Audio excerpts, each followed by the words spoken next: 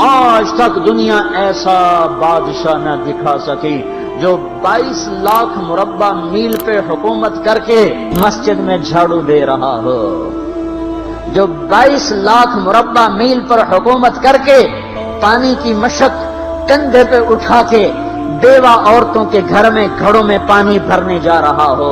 امیر المومنین کہاں جا رہے ہو؟ فلاں اماں کے گھڑے میں پانی بھرنے جا رہا ہوں، فلاں کے گھر میں پانی بھرنے جا رہا ہوں۔ 22 لاکھ مربع میل پہ حکومت کر کے دھرتی نے ایسا بادشاہ نہیں دیکھا جو اونٹ چراتا پھر رہا ہو، اور جو بیت المال کا اونٹ گم ہوا، چولے کو باندھا اور دوڑ لگائی، آگے احنف بن قیس ملے، ارے کہاں جا رہے ہو امیر المومنین؟ کہ تو بھی آجا، بیت المال کا اونٹ گم ہو گیا ہے، مل کے تلاش کریں۔ پتہ نہیں کتنے مسلمانوں کا اس میں حصہ ہے۔ دھرتی ایسا بادشاہ نہ دکھا سکے گی، نہ دکھا سکے گی، کوئی ایسا آیا ہی نہیں ہے کہ جو اتنی بڑی سلطنت کا مالک ہو اور کیکر کے درخت کے نیچے بغیر پیروں کے سو رہا ہو۔ یہ ہمارے چھوٹے چھوٹے حکمران، ووٹوں کے ذریعے سے کرسیوں پر بیٹھنے والے، ان بے وقوفوں کے آگے بھی پہرے، پیچھے بھی پہرے، دائیں بھی پہرے، بائیں بھی پہرے، اوپر بھی پہرے، ان کی گاڑیاں بھی بلٹ پروف، یہ پھر بھی ڈرتے ڈرتے جا رہے کہ انہوں نے ظلم کیا، یہ اپنی ذات میں خوف زدہ ہو گئے۔ عمر نے اپنے نام کے ساتھ فاروق کا لقب آپ نے کہا عمر فرق بین الحق والباطل، عمر وہ عمر ہے جس نے حق اور باطل میں فرق کر کے دکھا دیا، اس لیے یہ فاروق ہے، اس نے حق اور باطل میں فرق کر کے دکھایا، یہ فاروق ہے۔ حسن بصری فرمایا کرتے تھے اپنی محفلوں کو عمر کے ذکر سے سجاؤ۔ حضرت عائشہ فرمایا کرتی تھیں عمر کے تذکرے کیا کرو کہ جب عمر کا تذکرہ ہوتا ہے تو عدل کا تذکرہ ہوتا ہے، جب عدل کا تذکرہ ہوتا ہے تو اللہ کا تذکرہ ہوتا ہے۔ کہ ہم عائشہ رضی اللہ تعالیٰ عنہا فرمایا کرتی تھیں اتنے بڑی سلطنت پر حکومت کرنے کے بعد اللہ کی راہ میں جانے والے مجاہدین کے گھر گیا کھڑا ہوا ہے، دروازے پہ دستک دے رہا ہے، بیٹی کوئی بازار سے سودا لینا ہو تو مجھے بتاؤ، تیرے گھر والا تو اللہ کی راہ میں ہے، میں تمہارے گھر کا سودا لے آؤں، کیا کیا چیز چاہیے؟ تم نے اپنے خامند کو خط لکھنا ہوگا، تم تو لکھنا نہیں جانتی، مجھے بتاؤ میں تیرے خامند کو تیری طرف سے خط لکھوں۔ اماں تیرا بیٹا اللہ کی راہ میں گیا ہوا ہے، مجھے بتا میں تیرے بیٹے کے نام تیری طرف سے خط لکھوں۔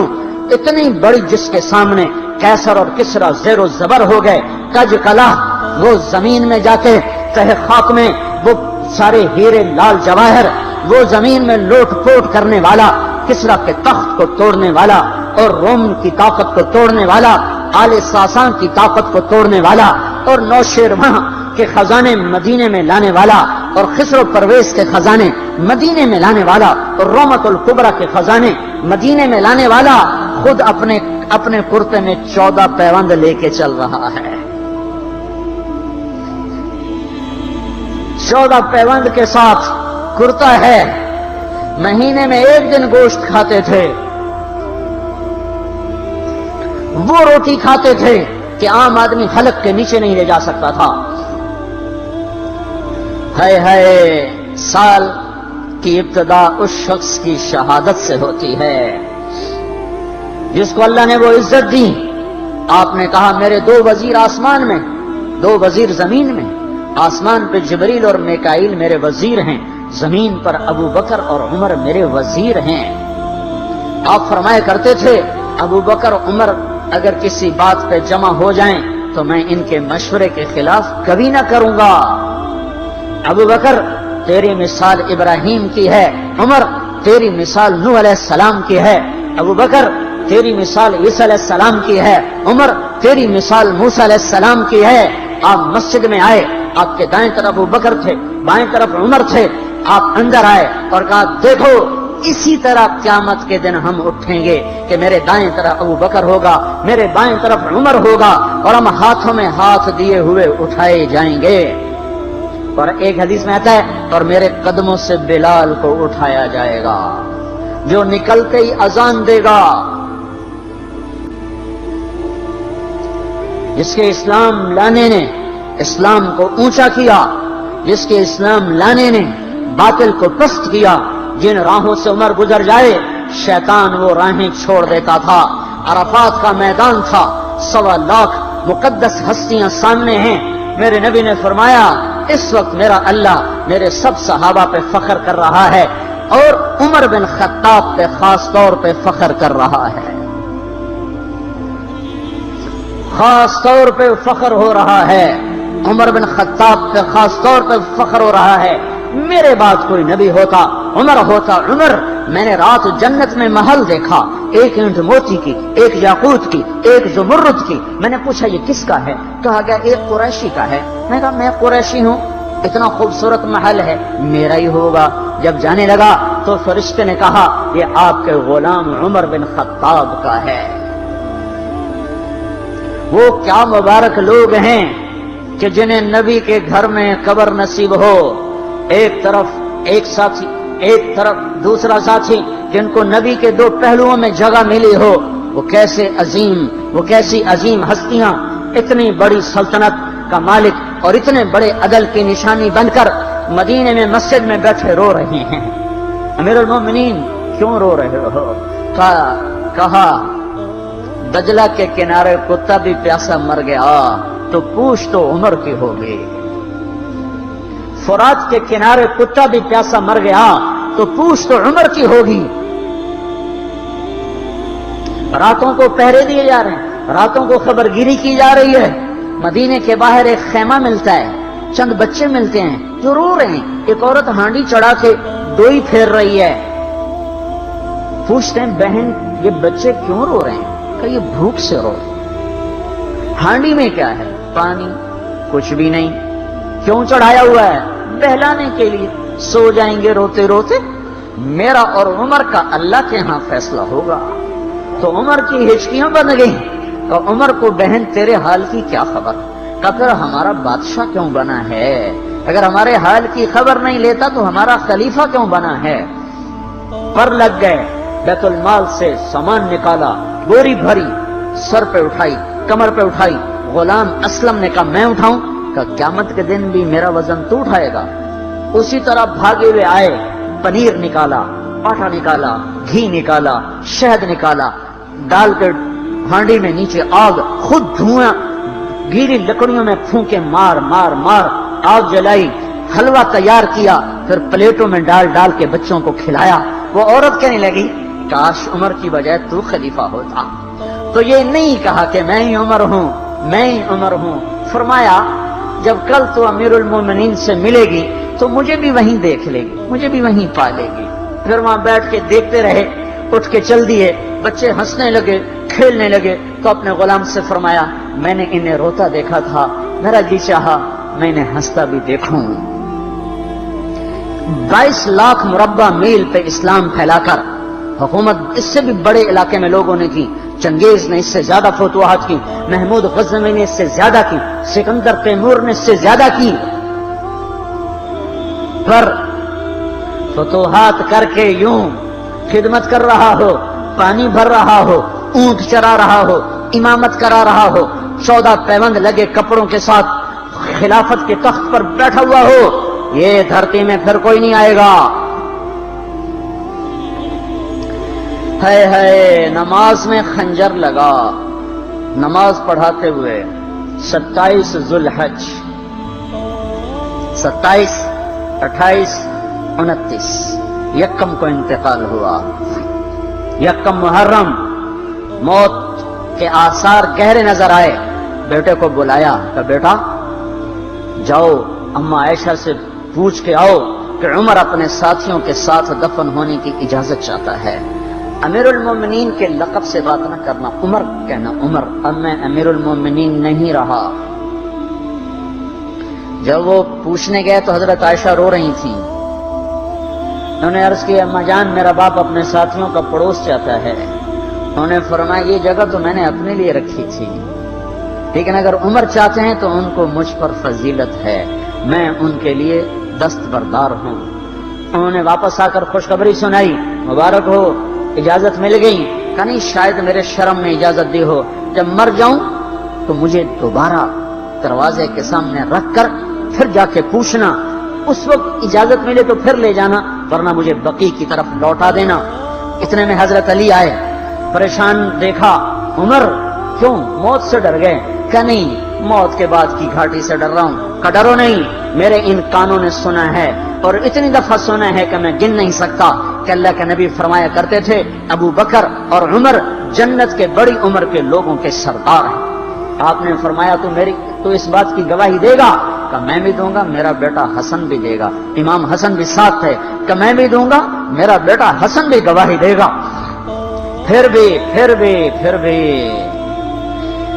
ہے جو جنت کی بشارتیں لیے ہوئے ہیں، 10 مبشرہ، ابو بکر جنتی، عمر جنتی، عثمان جنتی، علی جنتی، طلحہ جنتی، زبیر جنتی، ابو عبد الرحمن بن عوف جنتی، ابو عبیدہ بن جراح جنتی، سعید بن زید جنتی۔ آپ نے نام لے کر گنے، نام لے کر گن کر کہا سنو ابو بکر جنتی ہے، عمر جنتی ہے، عثمان جنتی ہے، علی جنتی ہے، طلحہ جنتی ہے، زبیر جنتی ہے، سعد بن ابی وقاص جنتی ہے، عبد الرحمن بن عوف جنتی ہے، ابو عبیدہ بن جراح جنتی ہے، سعید بن زید جنتی ہے۔ میں ان سے راضی ہوں، لوگوں ان کا حق پہچانو، میں ان سے راضی ہوں، میں ان سے راضی ہوں۔ کہ آپ نے فرمایا اگر تم نے ان کے بارے میں کسی ایک کے بارے میں بھی دل میں بغض لے کر مر گئے، اور تم نے اتنی بندگی کی تھی کہ سوکھ کے کانٹا ہو گئے تھے، روزے اتنے رکھے تھے کہ پیٹ کمر کو لگ گیا تھا، سجدے اتنے کیے تھے کہ تمہارے ماتھے اور گھٹنوں پر پتھروں جیسے نشان پڑ گئے تھے، اتنا کچھ کر کے ان 10 میں سے کسی ایک کا بغض لے کر اگر تم مر گئے تو اللہ تمہیں منہ کے بل جہنم میں گرا دے گا۔ لوگوں میں ان سے راضی ہوں، ان کا حق پہچانو، جن کو اللہ بھی رضا کے پروانے دے رہا ہو، جن کو اللہ کا رسول رضا کے پروانے دے رہا ہو، جن کو وزارت کا شرف مل چکا ہو، نبی کے پہلو میں قبر جن کی بننے کا اعلان ہو چکا ہو، وہ موت پر کیا کہہ رہا ہے؟ موت پہ کیا کہہ رہا ہے؟ اپنے بیٹے سے کہا میرا سر زمین پہ ڈال دے۔ ان کی گود میں سر تھا عبداللہ بن عمر، تو انہوں نے گود سے ہٹا کر پنڈلی پہ یہاں رکھ لی۔ چلے گئے، کیا کہہ رہا ہوں سنتے نہیں ہو، زمین پہ ڈال دو۔ تو انہیں زمین پہ ڈالا تو اپنے چہرے کو مٹی میں رکھ دیا اور ایسے ملنے لگے اور کہنے لگے اے میرے رب، اگر تو نے عمر کو معاف نہ کیا تو عمر ہلاک ہو جائے۔ ویل لک یا عمر ولامک ان لم یغفر لک ربک، عمر تیری ہلاکت ہے اگر تیرے رب نے تجھے معاف نہ کیا۔ یہ کہتے کہتے کہتے جان دے دی۔ 22 لاکھ مربع میل میں اسلام کو زندہ کرنے والا، این حالت نماز میں زخم کھا کے گرنے والا، مطلوب مصطفیٰ، وزیر مصطفیٰ، جنت کی خوشخبریاں لے کر پھر موت پر یوں کہہ رہا ہو اے اللہ تو نے معاف نہ کیا تو میرا کیا بنے گا؟ کیا بے قلبی ہے۔ ان کے بیٹے خلافت کے اہل، ان کے بہنوئی سعید بن زید 10 مبشرہ میں سے دونوں کے نام کاٹ دیے کہ یہ 6 ہیں جن سے اللہ کا رسول راضی تھا، جس کو چاہو خلیفہ بنا دو، جس کو چاہو حکومت دے دو، نہ میرے بیٹے کو ملے گی نہ سعید بن زید کو ملے گی۔ کسی نے کہا شوشہ چھوڑا، آپ کا بیٹا بھی تو بہت قابل ہے، اسی کو بنا دیں۔ تو اسے تو طلاق دینا نہیں آتا، حکومت کہاں سے چلائے گا؟ ہائے جنازہ صہیب رومی نے پڑھایا، دروازے کے سامنے لا کے رکھ دیا گیا، سب لوگ جنازے کے ساتھ کھڑے ہو گئے۔ عبداللہ بن عمر اکیلے آگے گئے، دروازے پر دستک دی کہ اما جان میرا باپ عمر بن خطاب دروازے پہ حاضر ہو چکا ہے، اندر آنے کی اجازت چاہتا ہے۔ تو عائشہ رضی اللہ تعالیٰ نے اپنی چادر کو اٹھایا تو روتے ہوئے باہر نکل گئیں۔ پھر لوگ اندر داخل ہوئے، قبر کھودی گئی۔ قبر کھودتے ہوئے عبداللہ بن عباس بھی قبر کے کھودنے میں شریک تھے، تو کہتے میرے کندھے پہ کسی نے ہاتھ رکھا، میں نے پیچھے مڑ کے دیکھا تو علی رضی اللہ تعالیٰ عنہ کھڑے رو رہے تھے اور فرما رہے تھے مجھے پتا تھا تو یہیں آئے گا، یہاں تیرے سوا کوئی نہیں آ سکتا۔ کہ میں نے ایک دفعہ نہیں کتنی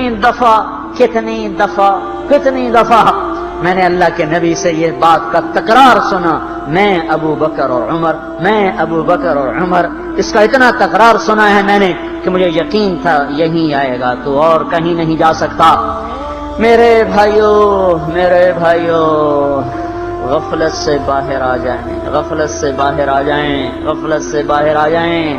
یہ دھوکے کا گھر، یہ مچھر کا پر، یہ مکڑی کا جالا، یہ دنیا کہیں ہمیں ہلاک نہ کر دے، کہیں ہلاک نہ کر دے۔ ان لوگوں کو سامنے رکھ کے زندگی گزارو جنہوں نے اللہ کو راضی کیا، اس کے رسول کو راضی کیا، کلمہ حق کو بلند کیا، خیر کے ذریعہ بنے، شر کے مٹانے والے بنے، اور دنیا میں مرنے کے بعد بھی ان کے تذکرے ہدایت کا سامان بنے، ان کے تذکرے روشنی کا مینار بنے۔ ان کے پیچھے چلو، مغرب کے اندھیروں کی طرف مت دوڑو، وہاں تو سورج بھی ڈوب جاتا ہے۔